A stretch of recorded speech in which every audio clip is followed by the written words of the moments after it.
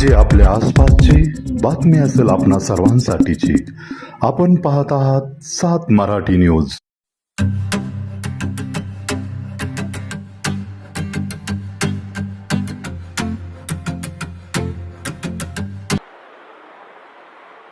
नमस्कार, मी धनराज खंडाळे 7 मराठी न्यूजमध्ये आपले स्वागत करत आहे। 2024 मध्ये महाराष्ट्र विधानसभाच्या निवडणुका होत आहेत। यासाठी आम आदमी पार्टीचे 288 सीटांवरती निवडणूक लढवणार असं जाहीर केलेलं आहे। त्या अनुषंगाने आपण पुण्यामध्ये आहोत। पुण्यातील हडपसर विधानसभेच्या रुबीना काझमी या हडपसर विधानसभेसाठी इच्छुक आहेत। ते आम्हाला आमच्या सूत्रांकडून कळाल्यानंतर आम्ही त्यांच्या घरी येऊन याविषयी जाणून घेत आहोत। सर्वप्रथम आपण त्यांना त्यांच्या या तिकीट निश्चितीसाठी अभिनंदन करतो। मॅडम, आपलं अभिनंदन। आपल्याला आम आदमी पक्षाच्या वतीनं हडपसर विधानसभेसाठी विधानसभेचं तिकीट देण्याचं निश्चित करण्यात आलेलं आहे असं आम्हाला सूत्रांकडून कळत आहे। तुम्हाला काय वाटतं? नमस्कार, मी रुबीना काझमी, आम आदमी पार्टी पुणे संघटन मंत्री। जेवढे पण सत्ताधारी आणि विरोधी पक्षातील नेते आहेत त्यांच्यामुळे आपले पुणे महाराष्ट्रातील विकास जे आहे ते थांबलेले आहे।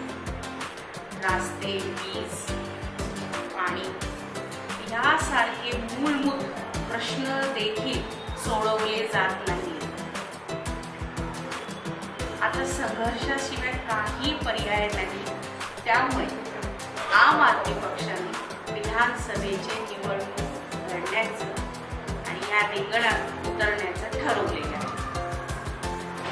कारण की आम आदमी पार्टी एक विचारधारा आहे।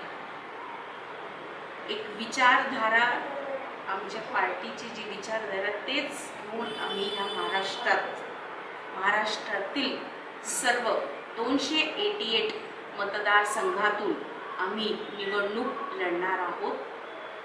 आणि असे आदेश आमचे अजित फाटके, प्रेसिडेंट ऑफ महाराष्ट्र, आणि सहप्रभारी गोपाल हिटाले सर यांच्याकडून आलेले आहेत। आम आदमी पार्टी एक विचारधारा आहे।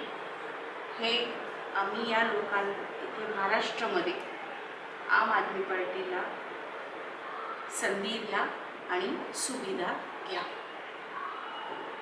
या तत्वाने आपण निवडणुकीच्या रिंगणामध्ये उतरणार आहोत।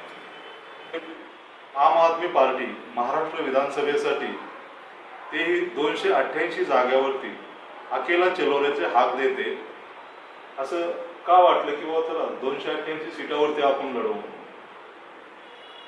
सर, क्योंकि कुछ लोग ये भूल गए हैं कि इस देश का आम आदमी हल चलाता है। कोई भी नेता हल नहीं चलाता सर।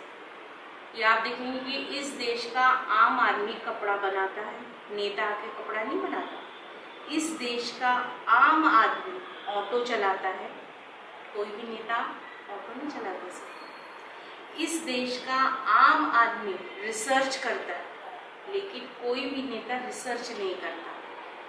जब इस देश के आम आदमी के पास कोई चारा नहीं बचा तो इस देश के आम आदमी ने ये तय कर लिया कि ठीक है, इस बार चुनाव भी लड़के देखेंगे। वो भी महाराष्ट्र के 288 विधानसभा की सीटों पे रिंग में उतरेंगे, लड़ेंगे। आम आदमी पार्टी को संधि दो और सुविधा लो। महाराष्ट्र विधानसभेसाठी